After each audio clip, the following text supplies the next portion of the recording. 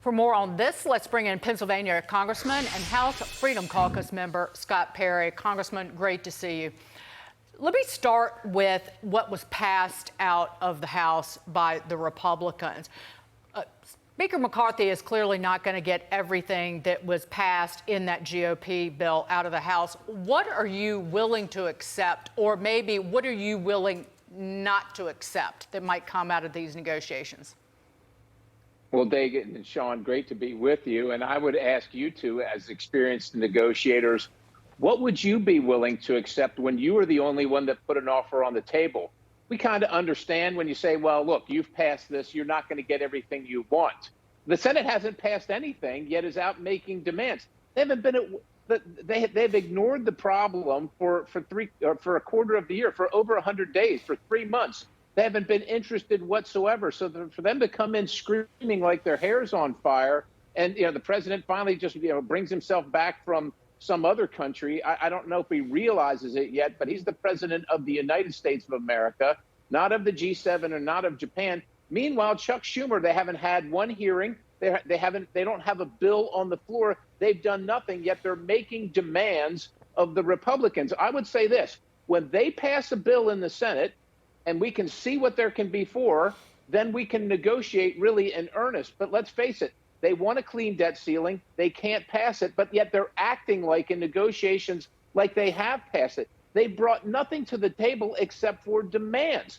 Tell us what you can pass, and then you can be serious about this. You have no solutions. All you want is to increase taxes at a moment when people are struggling out there, when people can't pay their bills, and when credit card debt is at its highest level in decades, and when inflation is running rampant across the country. This is not the time to be raising taxes, especially some new global tax. Congressman, you made a really good point. You're like, listen, if you can't come up with your own bill in the Senate, Chuck Schumer, just take the bill that passed out of the House and put it up for a vote and see how it does. But Chuck Schumer hasn't even been willing to do that. So I understand your point. I don't want to negotiate with myself. I want to see what you guys can put out there. But the truth is, Joe Biden and Chuck Schumer and Kevin McCarthy are sitting down trying to find a deal right now.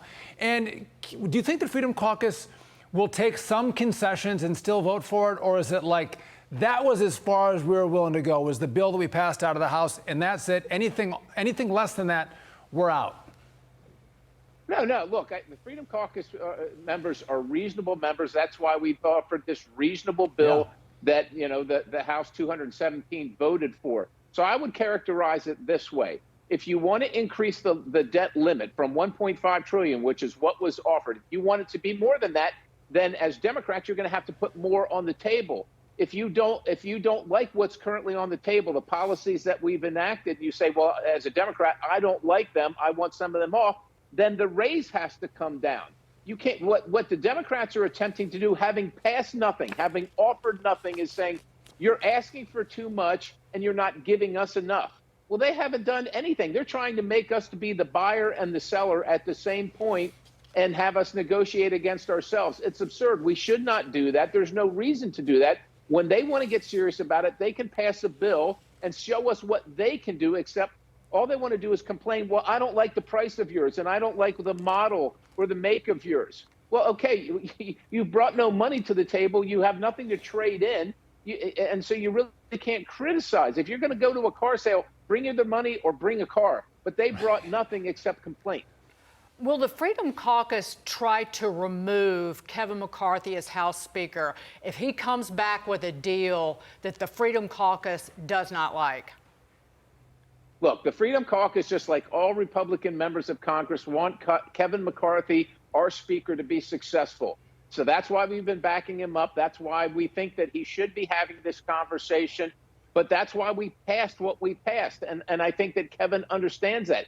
He knows that the Senate is bringing nothing to the table. So we want to support Kevin McCarthy. We do want a good deal. But let's face it, only one side, the House of Representatives under Republican management, have offered a reasonable, sensible deal. The other side is crying their eyes out because the limits that they have set. Janet Yellen, their side, telling us that we're going to go over the cliff.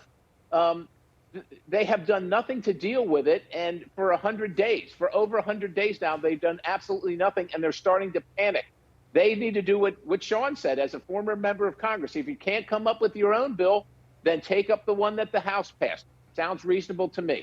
Congress, I've been in the conference with you when speakers deal with these situations differently. So one speaker can come in and say, here's the deal. I'm going to come to the conference with an already pre-negotiated deal and offer it to you and tell you this is the best I could get. But other speakers will say, you know what, I'm going to keep the key members of the conference, Republican conference, apprised of the negotiations, where they're at. Are you being included in what's in, what's out, what's acceptable, what isn't acceptable? Are you being briefed on the status of the negotiations?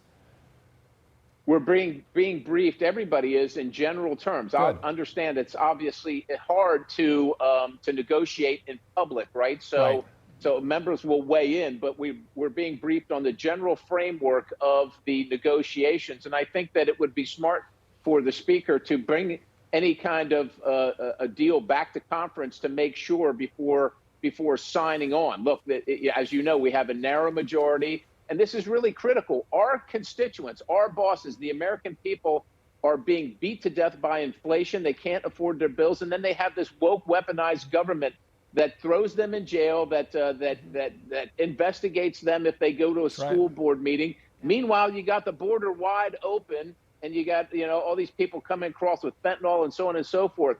The Republican Party needs to be very, very careful here and not just continue to fund this woke, weaponized government. And so, with all due respect to the Democrats that want to, demand everything without offering anything, this is why the House is under Republican control, because Americans are sick of being treated like second-class citizens in their own country. Wait, have you told the House Speaker one thing from the Freedom Caucus's side that don't come back with X or Y or Q? Or it's a no-go? One thing. No, name David, one thing. Look, no, we don't operate that way. We understand that, look, the deal that the House put forward, which is essentially the deal that the Freedom Caucus put forward, that can change in negotiations. Maybe we'll get a better deal. Maybe they'll offer something that we're not aware of. So we want to look at it in the entire context of whatever is being discussed and whatever is being offered. We're not that close-minded and we're not that myopic, but we got to see the whole deal.